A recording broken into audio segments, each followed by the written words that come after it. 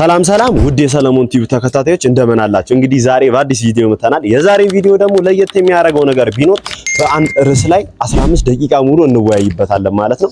የዛሬው ርዕሳችን የሚሆነው ደግሞ ፍቅር ነው። በፍቅር በሚለው ርዕስ ውስጥ በጣም ብዙ ነገሮችን እንወያያለን ማለት ነው። ሐሳብ አስተያየት ካላችሁ ኮሜንት ሴክሽን ላይ ጻፉልኝ። ቀጣይ በምን ልሰራላችሁ እንደምትፈልጉትን ኮሜንት ላይ ጻፉልን እና ለቻናላችን አዳዲስ የሆናችሁ ሰዎች ሰብስክራይብ፣ ኮፒ ሊንክ ምናምን በማድረግ ጀምሩ። ለቻናላችን እድገት የዛሬው ራሳችን የሚሆነው ወደ ዋናው ጉዳያችን ስንገባ ፍቅር ምንድነው? ፍቅር እንዴት ነው? ፍቅር ወዴት ነው የሚለውን ነገር ሙሉ በሙሉ ዝርዝር አድርገን እንገልጻለን ማለት ነው። የዛሬ ቪዲዮአችን ላይ ፍቅር እንዴት መረጣችሁ ያላችሁ ሰዎች አሁን ላይ በጣም ብዙ ሰው በፍቅር ውስጥ በጣም ብዙ ነገር መስማት፣ ማወቅ፣ መገንዘብ ይፈልጋል ማለት ነው እና ያ ነገር ደግሞ እንዴት ይሆናል የምትሉ ሰዎች አንድ በአንድ ዘርዝሬ ሁሉም ነገር የምነግራችሁ ይሆናል ማለት ነው። በመጀመሪያ ምን ልላችሁ ፈልጌ ነው፣ አሁን ፍቅር ላይ 3 ነገር ያስፈልጋል። የመጀመሪያውና ዋነኛው ነገር መተማመን ነው። እንዴት መተማመን እንችላለን? እንዴት ነው አንድ ላይ ሐሳባችን አንድ ሆኖ እሷም ማምናኝ እኔም ላምናት የሚባለውን ነገር አንድ ላይ በደንብ አብራራላችኋለሁ ማለት ነው። በነገራችን ላይ ለፍቅር ዋነኛው መሰረቱ ትልቁና መሰረቱ በቃ ቤዚክ ነገሩ ምን እንደሆነ ታውቃላችሁ? መተማመን። በቃ አንድ ሰው ካልተተማመነ ማለት ነው የትም ርቀት ሊጓዝ አይችልም። ኢቭን ርቀቱን እንኳን ቢጓዝ የሆነ ሰዓት ላይ ያ ነገር ከት ያደርጋል፣ ያቆማል።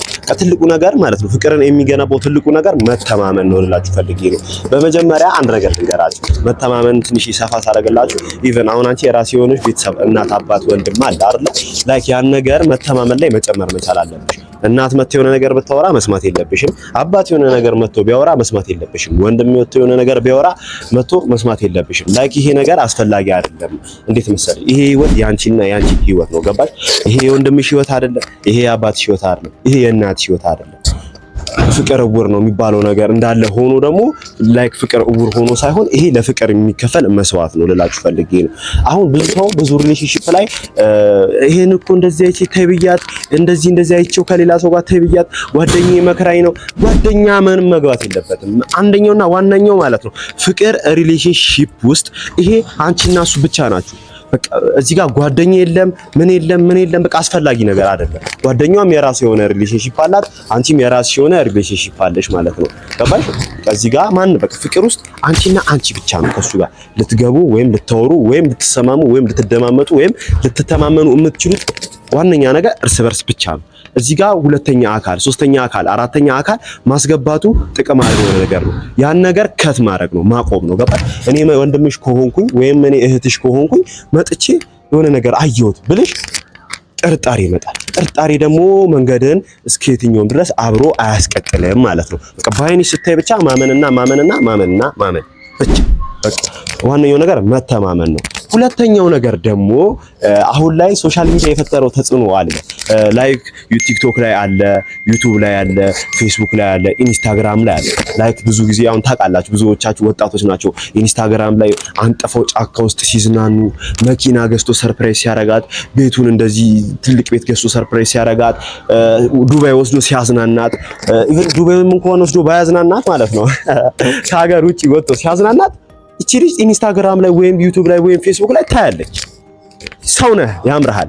ወይም የሷ ጓደኛ ያላት ልትሆን ትችላለች፣ ወይም የጓደኛዋ አባል ያላት ወይም ቤተሰቦቹ ያላቸው ወይም በዙሪያ ያላችሁ ሰዎች ስብስብ ሊሆን ይችላል። ገባችሁ? አሁን ይሄን ነገር እሷ ስታይ ላይክ ይሰማታል። ወንዱ ደግሞ ፍቅረኛዋ እንዳጋጣሚ ሆኖ ያለው ሰው አይደለም። ገባችሁ?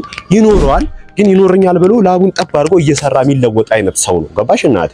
ላይክ እኔ አሁን ወገኝተኝነት ይዤ ለወንዱ እያደለው ለሴቷ እያደለው ምናምን አይደል፣ ቋሚ የሆነ ነገር ነው የምነግራችሁ እና በዚህ አጋጣሚ በመሃል ምን ላስተውሳችሁ፣ ላይክ ማድረጋችሁን፣ ኮፒ ሊንክ ማድረጋችሁን፣ ሰብስክራይብ ማድረጋችሁን እርግጠኛ ሆኑልኝ እና ደግሞ ማንኛውንም ጥያቄ ኮሜንት ጻፉልኝ ማለት ነው። ኮሜንት ለሁላችሁም እመልሳለሁ፣ ቪዲዮ እሰራለሁ እና ወደ ዋናው ጉዳያችን ስንመለስ ምንድነው ዱባይ ወስዶ ባሏ ሲያዝናናት ቪዲዮ ፖስት አደረገች። እቺኛዋ ሴት ታያለች፣ ምንጊዜም ሴት ነች፣ ምንጊዜም ታያለች፣ ትቀናለች። ላይክ ወንድም ይቀናል አይደል? መንፈስ ይቀናል። እኔ አሁን መኪና የለኝም፣ መኪና ቢኖረኝ በጣም ደስ ይለኛል። መኪና ያዘ ሰው ሳይ ወይኔ ሲያምርላል እቀናለሁ።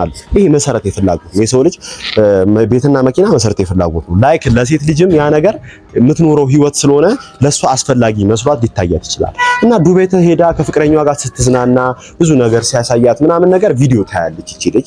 ከዛ ደግሞ የሆነ ሰዓት ላይ ሀገር ውስጥ ይመጡና ከሀገር ውጪ ወጥቶ ሲያዝናናት፣ ሰርፕራይዝ ሲያረጋት፣ ብዙ ነገሮችን ሲያደርግላት ታያለች። እራት ይዟት ወጥቶ ሲያበላት፣ በቃ ባለ 4 ኮከብ ባለ 5 ኮከብ ሆቴል ገብቶ ሲያዝናናት ምናምን ነገር ታያለች። እና ላይክ ሴትዮ ይሰማታል ምናምን ነገር ማለት ነውና በቃ ይሄን ነገር ታያለች። ገባችሁ? አሁን ይሄ ነገር ኢንስታግራም ላይ ይፖስታል፣ ዩቲዩብ ላይ ይፖስታል፣ ቲክቶክ ላይ ይፖስታል ማለት ነው። ገባችሁ?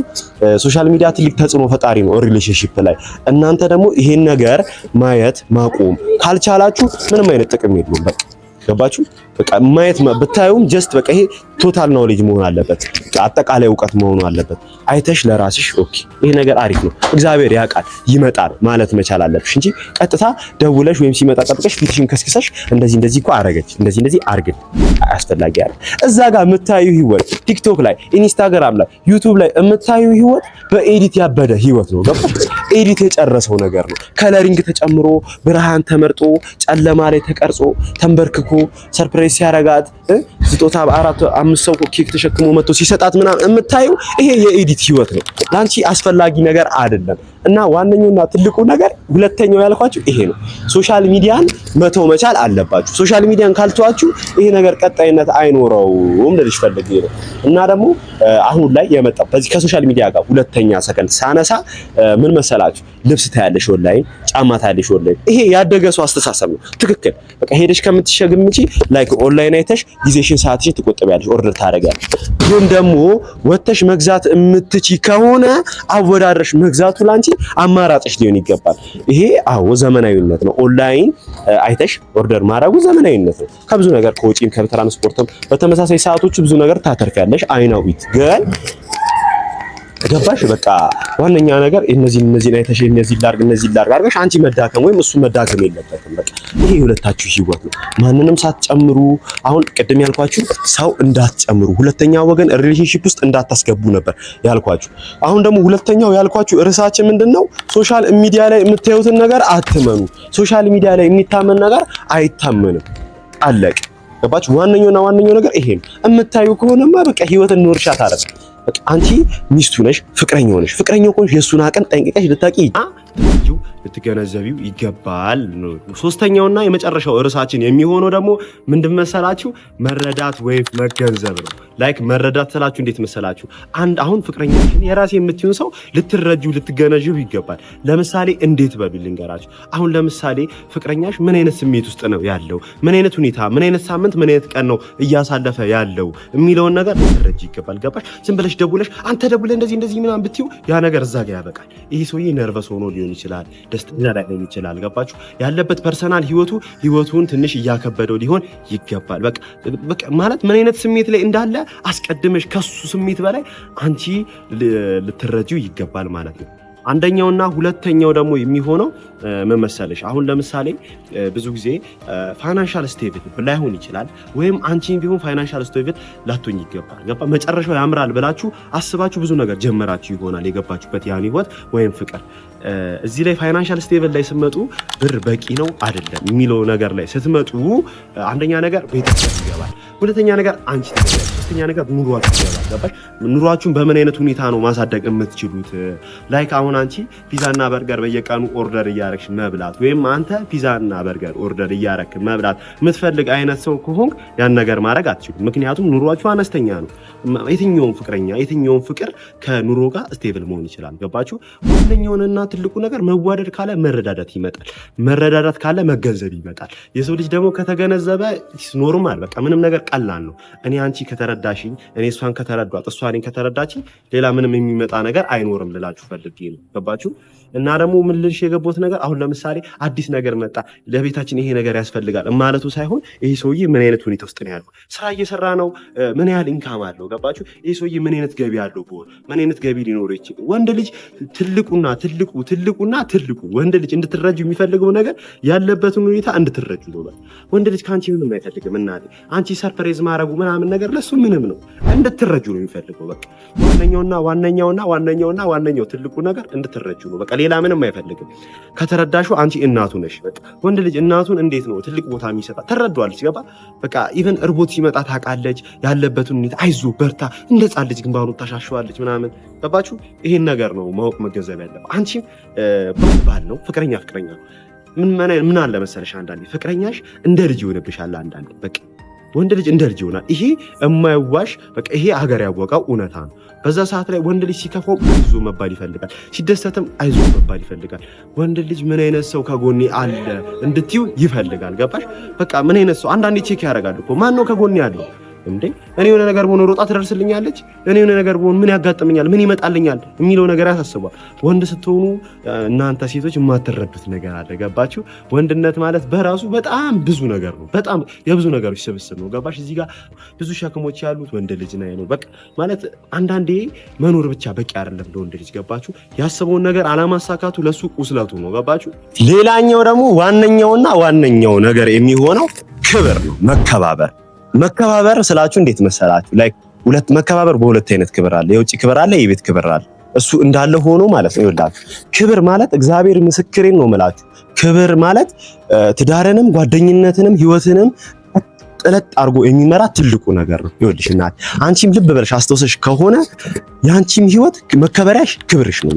የትኛውም ሴት ልጅ ክብሯን ካላስጠበቀች እየኖረች አይደለም። እኔ እውነቱን ነው የምነግርሽ። በቃ ሴት ልጅ የሚያኖራት ትልቁ ነገር ክብሯ ነው። ክብርሽ ነው የሚያስከብርሽ፣ ክብርሽ ነው የሚያኖርሽ፣ ክብርሽ ነው ከሰው ጋር የሚያከባብርሽ፣ ክብርሽ ነው አንቺ እንድትመረጪ፣ አንቺ በሰው ዘንድ ጥሩ ሴት መስለሽ እንድትታይ የሚያደርግሽ ክብርሽ ነው ማለት ነው። ላይክ እንዴት መሰለሽ ክብር አሁን አንቺ ውጪ ላይ ሰውን ታከብሪያለሽ፣ ትከበሪያለሽ። አሪፍ የሆነ ነገር ገባሽ? ራስሽን ታስከበሪያለሽ፣ ትከበሪያለሽ። አለቅ። የሴት ልጅ ደግሞ ትልቁ ውበቷ ክብሯ ነው። እዚህ ጋር ደግሞ በወንድ ልጅ ደግሞ ስትመጡ ማለት ነው ወንድ ልጅ ደግሞ ትልቁ ነገር ክብሩ ነው። በቃ ለወንድ ልጅ ለክብሩ ሲል የሚደረገውን ነገር ከማድረግ ወደኋላ አይደለም። ይሄ ትክክለኛው ነገር ነው። እንኳን በዋነኝነት ሊቀመጥ የሚገባው ርዕስ ይሄ ነው። ክብር በቃ ክብር በቃ ማለት እዚህ ዓለም ላይ የሚያኗኑረንም ትልቁ ነገር ክብር ነው። ገባችሁ? የሰው ልጅ ባከበራችሁ ትልቅ ነው የሚያከብራችሁ። ክብር ማለት የሚያከባበር መሰረታዊ የሆነ ነገር ነው። ወደ ፍቅር ሪሌሽንሺፕ ደግሞ ስመጣላችሁ ትዳር ለጀመራችሁ ሰዎች፣ ለባልና ሚስቶችም ኦር ደግሞ ለፍቅረኛ ማሞችን ገና ወደ ትዳር ጎዳና ላይ እየሄዳችሁ ላላችሁ ሰዎች ክብር ዋነኛው ነገር። አስተውላችሁ ስሙኝ። እዚህ ጋር ወንድ ልጅ እናቴ ከምንም ነገር ላይ አስቀድሞም ቦታ የሚሰጠው ምንድነው? ክብር ነው እናቴ። ክብሩን ነው የሚያስቀድመው። አንቺ ካላከበርሽው የለም አታስቢው፣ አንቺ እንደሌለሽ ቁጠሪው።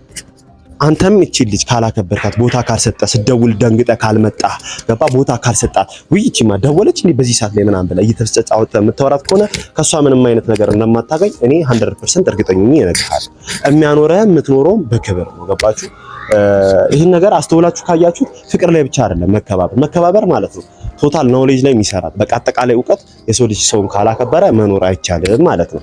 እና ደግሞ አንድ ነገር ልንገራችሁ እናቴ፣ በቻልሽውና አቅም እንድትዩ የምፈልገው ነገር ቢኖር ምን እንደሆነ ታውቂያለሽ? ወንድ ልጅ ክብር ይፈልጋል፣ አክብር። ወንድ ልጅ ቦታ ይፈልጋል፣ ቦታ ስጪ። ገባሽ? አንቺ ሲመችሽ ብቻ ማውራት የለብሽም። አንቺ ሲመችሽ ብቻ እሱ ማክበር የለብሽም። በቃ አስቀድሚ። የምሬን ነው የምላችሁ። አንቺ ለሱ ትልቅ ቦታ ካለሽ እሱ ለአንቺ ትልቅ ቦታ ይኖረዋል። ህይወት ምንድነች? ሰጥቶ መቀበል ነው።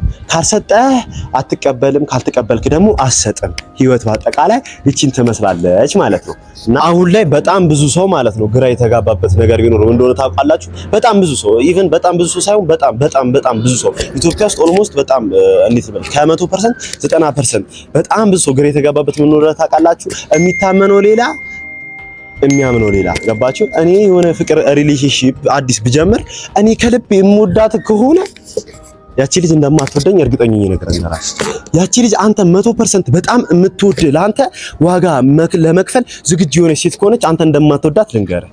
ገባ? የሆነ ወንድ ደግሞ መጥቶ ህይወቷ ውስጥ ይገባና የውሸት ወሬ ሲያወራላት ታምነዋለች። ምክንያቱም እውነት ምን ጊዜም እውነት ነው። እውነት መናገር የሚከብድ ትልቁ ነገር እዚህ ዓለም ላይ እውነት መናገር ነው። ገባችሁ?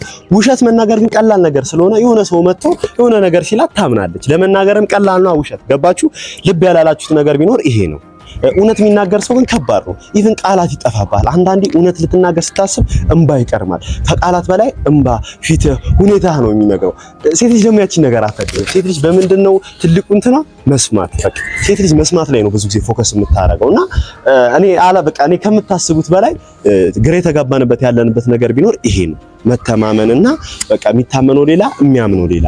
እናቴ ምርጫሽን አስተካክል። ምርጫሽ ሁኔታ፣ ምርጫሽ ንብረት ላይ፣ ምርጫሽ የሆነ ነገር ላይ፣ ምርጫሽ ምቾትሽ ላይ መሆን የለበትም። አዎ ሴት ልጅ ነሽ፣ ምቾት ያስፈልግሻል። ምክንያቱም አንድ ህይወት ነው ያለሽ። ህይወትሽ አንድ ናት።